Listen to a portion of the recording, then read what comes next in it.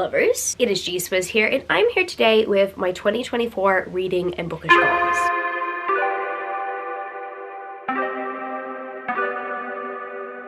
If you didn't know, this is a 7 on Sunday topic, and I'm the host of 7 on Sunday. I will link the Goodreads page down in the description where you can check it out, and you can participate in a topic in the future, or you can suggest a topic. And today's topic I look forward to doing every year because I love looking back at the previous year and seeing what I can change/improve upon, and maybe even take some inspiration from some goals from the previous year that I might have not accomplished. I definitely have at least one of those today. So I guess without further ado, let's get straight into this topic because I feel like I'm gonna have a lot to talk about when it comes to some of these goals, and I don't think that this intro needs to be super long. Let's go. So the first goal that I've put on my reading and bookish goals this year is to complete 200 books. Yes, over the last couple of years, I've been completing 300, but considering that things are a little bit more busy on my end, I mean, I still read for fun and I still read for enjoyment. And honestly, I prioritize reading. It's definitely one of my favorite things to do. I also love listening to audiobooks while I'm working because I process a lot of data in my job. I read a lot of manga. I do all that stuff. I enjoy doing that. But I think as I grow older and I progress in my career, I have to start being okay with the fact that I potentially might lose some reading time. And honestly, towards the end of 2023, it started to get a little bit disheartening. I was a little bit sad about the fact that I was losing some of my quality time to read. And I don't want to lose that quality time. I still want to prioritize it. But yeah, as work got busier and as I started to transition into more responsibility, it has kind of taken a toll on my reading life. And I do still want to keep my reading life sacred because it is a great escape for me in the midst of all the chaos. But I do have to be a little bit more realistic. And I know that 200 books is still not realistic for most people, and I'm not saying that anyone has to do it like me. I have had some viewers ask me to make a video on how to read more, and I personally don't feel comfortable doing that. The reason why I don't feel comfortable doing that is because I prioritize reading the way that I prioritize reading, and I know that my viewers might prioritize their other activities over reading, and I don't think that that's a bad thing. While it may look like it, I don't necessarily treat my reading life as a competition. I genuinely read to escape a majority of the time. There are times where I do kind of treat it like a competition, like if there's a readathon or if there is some sort of reading challenge, then yes, I will want to accomplish that challenge. However, I don't want everyone else to think that they need to see their reading as a competition. So that's why I kind of refuse to make that kind of video. And also I sacrifice my social life because I read a lot. Look, I'm okay with that. Not everyone is okay with that. Maybe I might talk about time management eventually, but I'm also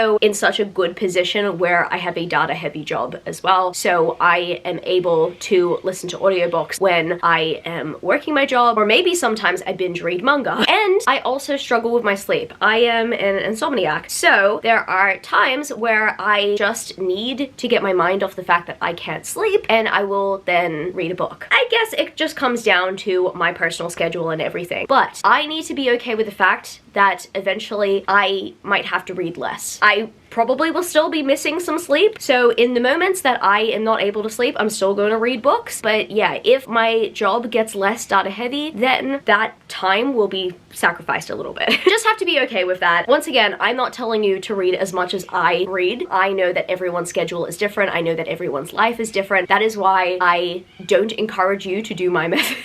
That all being said, the next reading goal that I have for 2024 is to complete 25 series. So these could be series that I start or that I've just completed the final book for within the year period. I usually complete over 35 book series in a year, which is a great accomplishment. That has been the case for the last 2 years. However, I still like to cap my goal at 25 just in case I prioritize longer series or I just don't feel like finishing a series within a year, because there are times where I just feel like DNFing things, you know? And I don't do that enough. That's also probably why my read count is high, because I just don't DNF things enough. But essentially, I still prioritize the completion of series. So I still do very much want to prioritize completion, but I want to do it in a way that's less overwhelming, you know? Sometimes I look at a new year and I think to myself, I can do better the next year. However, after looking back at my success in 2023, I don't know how I'm going to top that, honestly. And this next reading goal, I did not necessarily succeed with in 2023, so I want to try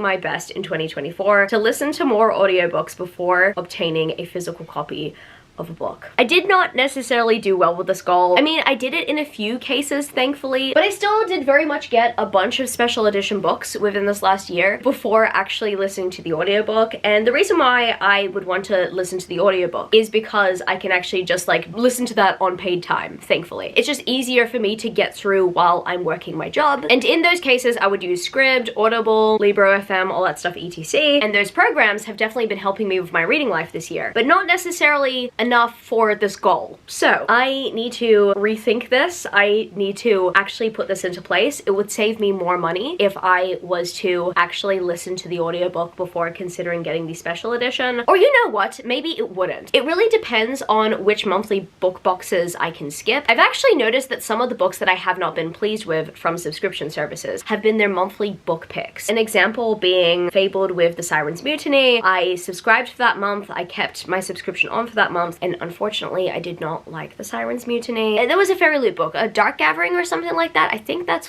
what it was called. I really did not like that book. I don't know, it just did not impress, and that was a monthly book pick. And there are some monthly book picks within subscriptions that I am finding it like really hard to enjoy and invest myself in. So if I can utilize the skip option, that would be best. But then again, some of these book boxes do have new releases in their boxes, so it's a little bit difficult. But when it comes to special edition sets, however, I do feel the FOMO, and I'm honestly so happy that by the time I have the special edition set and by the time I've read the special edition set, I am usually pleased with it. You know what? So far, buying the special edition sets and reading them based on the fact that they were special editions done by a book box, so far has not been terrible. But I just know that one day there's gonna be a dud and I'm not going to appreciate it and I'm going to regret it. So I have to make sure that I stick to this goal so that I don't risk getting a special edition set of a series that I don't like. And the next reading goal that I have to mention in this video today is a reading goal that I did have for 2023, but I'd like to keep it for 2024 as well because it's just as applicable this year. I would like to complete my TBR videos for the most part. As I'm filming this video right now,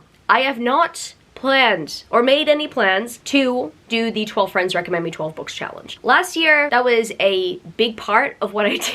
And honestly, I do appreciate it. I was thrilled to have the opportunity to do it and have people participate in giving me book recommendations, but it was just way too stressful. And I do have some other reasons why I don't want to do it, and I will mention that later in this video. I just need to prioritize reading what I want when I want to do it, when I can, if that makes sense. But if it does not make sense, it will make more sense as I go through my goals. That all being said, I am still planning to accomplish my series TBR for this year, the books I've selected for the 24 books I'd like to read in 2024, some other goals videos that I'm gonna make. Maybe I'm gonna do a rereads video as well. As I'm filming this right now, I have not yet started on some of these, and I also need to do a never self-destructing TBR, and I kind of also need to complete my previous self-destructing TBR as much as possible. That is actually due at the end of March, so I've got to get onto that like immediately. So hopefully I'll complete some of those books for the most part, or just accept the fact that they need to be on hold, and then later on I will do another self-destructing TBR video just so that I can keep track of the books that I have not been reading, that have just been staying on my shelves, and to prioritize them, hopefully. I guess this is a very good reading goal to have every year, because in a way I do like to challenge myself. I don't like to read competitively, but this is a good avenue for me to be competitive with myself and to push myself further, if I can though. And these are challenges set by me. This year I'm going to make sure that the challenges I have,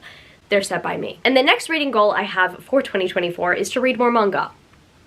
This one is an easy one, but at the very same time, I don't prioritize manga as much as I should be because I have a lot of manga on my TBR. But I think I've just noticed that whenever I talk about manga on my channel, some of you guys do lose interest, and I totally understand because some of you guys just come here for the novels that I read. I do want to make more manga content eventually, but I did end up asking that question, and I had a few viewers mention that they don't care for manga content, and that's totally understandable. And I think ever since hearing that, I have kind of like lost my drive to read more manga, and I need to change that because manga is what I love reading. So I don't necessarily want to change my content and revolve it around manga per se. However, I still want to read what I want to read. So I need to motivate myself to read more manga. I've got so much on my TBR. I've got so much manga in this apartment. I need to get to it, but I'm prioritizing it less because I understand that it's not really cared for, and I need to stop thinking about what people care about. I need to start reading for my own enjoyment when I can. And I'm pretty sure none of you guys are fussed about having manga in my wrap-ups. It's just, I think I've lost the drive to read manga because not everyone is necessarily keen about having content made about it. So I am just going to push myself to read whatever I feel like and not necessarily think about how I'm going to talk about it on my channel later. Sometimes I think about how I will talk about things here on my platform, and that drives my reading. And honestly, I kind of want to stop being ruled by that. I think that's an additional goal that I have to put down. I do love making content based on some books that I've really enjoyed and I really like talking about, but I do need to read more manga because I love reading manga and I have a lot of it on my TBR. So I'm going to try to read more regardless of the lack of manga content on my channel at the moment. I don't know, maybe I might do a passion project regarding manga, we will see. And the next reading goal that I have to mention that I have for 2024 is for funsies. It definitely is for funsies. This one's gonna be really exciting. Hear me out. I want to read more monster romance, okay?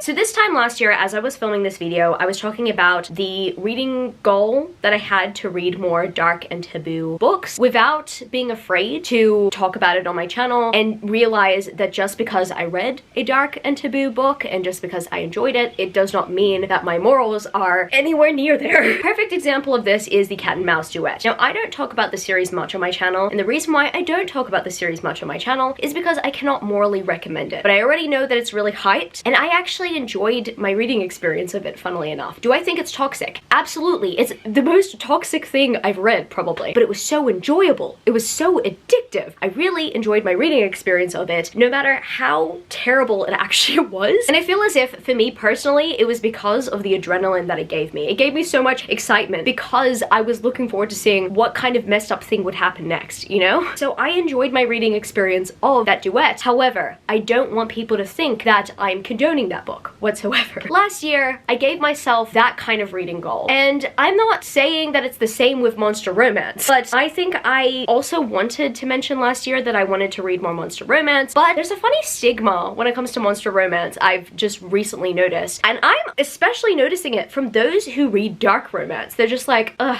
these people are reading monster romance, ew, gross. I'm like, wait a second, like, you've just read a book about a stalker. You just read a book about some gang member. You've just read a Tilly Cole book.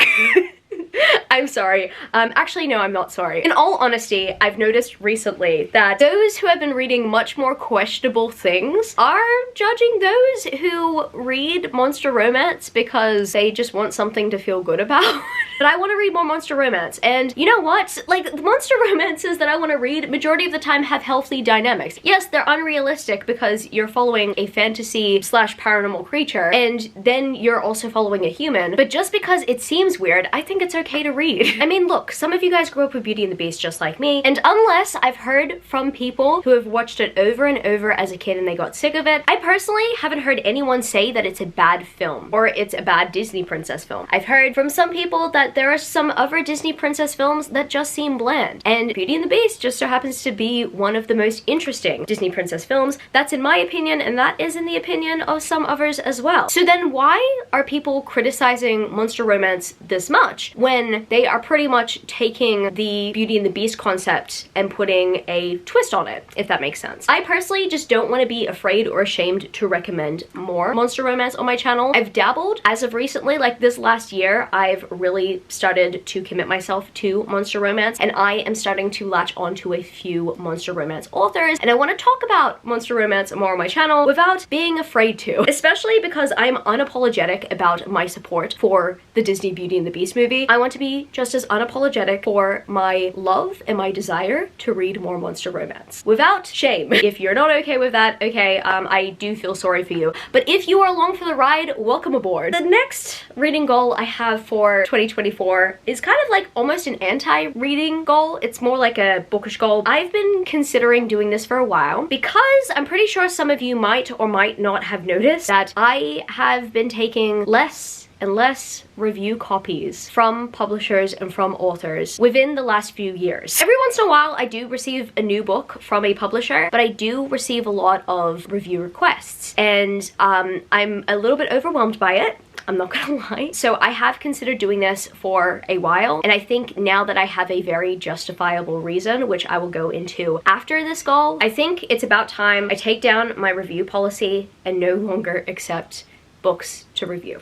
This one's a little bit of a tough one for me to accept because every once in a while I think to myself, well, maybe one day I'll be motivated to read a book and give it an honest review from someone who has asked me if they could send me a book to review for them. And yes, I kind of feel sad about this because I don't want to rob an author or a publisher who's trying to promote an author the opportunity of promoting their book on an online platform. If books are still sent for promotion purposes, then yes, like I would be happy to haul them if I'm interested in the premise. That is something that I'm still willing to do. However, in terms of my reading time, I still want to read what I want to read while also working on another project, which I will be talking about in my next goal. I'm such a tease. Even though I have not read a review copy in a while, I still do feel the ick about this. And I mean, I still offer my support if a book can be talked about in a book haul or something like that, but I just don't have the capacity to add more to my reading life at the moment. I was just about to say physical TBR, but there's also something else.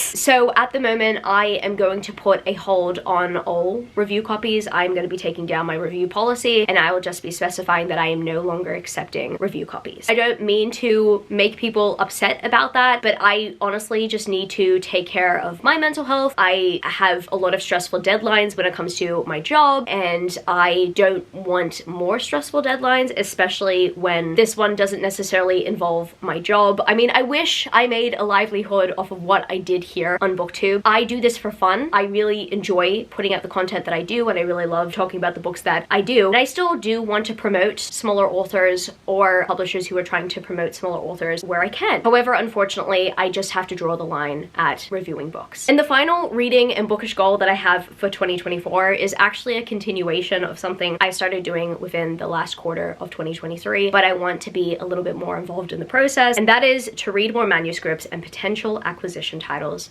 for the publisher that I work for. So I do work in publishing, but I need to specify right now, do not go to my inbox and send me a manuscript to send to the publisher. Do not. Because first of all, you're going to need a literary agent to represent you. You can't just give your manuscript out to anyone in order to make it magically appear into a submissions pile, which is a very large pile, and that's why they need help with it. Secondly, it does need to go through a formal process. And thirdly, I actually don't work in acquisitions. I don't work in the editorial or acquisitions department at all. I am actually in an opposite department from them. However, I've shown an interest in specific romance genres, and they have asked if I can join those who are reading submissions and to read indie pubbed or self-published books that are doing pretty well to see if we could potentially acquire the title. I have already done this a few times. I like to keep my professional life separate from my channel because I would like to maintain my privacy personally, and I would also like to maintain the privacy of the company that I work for. And you know what? Sometimes our acquisition team has been successful and they have picked up an indie published author and have made them a traditionally published author, and sometimes they've picked up some really good manuscripts, and I do want to explore the process even more, even though I don't necessarily work in that department. I just have a little bit more time to give to that. I mean, I'm really hoping I have more time to give to that considering that I am starting to progress in my own job role, but that is why I'm trying to give myself a few realistic expectations when it comes to my reading goal. That being said, if I am reading a manuscript that has not yet been published, I can't record that on my Goodreads challenge goal, unfortunately. It's kind of sad that it works that way, but it works that way. So honestly, I have to be okay with that if I'm going to read a manuscript. With the indie pubbed books, it's a little bit easier because they usually do have a Goodreads profile for their titles. This is a very exciting opportunity. Like, I'm really excited to continue doing this. It's something that I am really pushing myself towards. I am still going to be making content here, and I'm still going to be unbiased here. I'm still going to give my honest feedback to everything that I read, especially because I'm required to give my honest and unbiased feedback to the submissions team anyway. We'll see how I go with that. I'm really excited to be able to help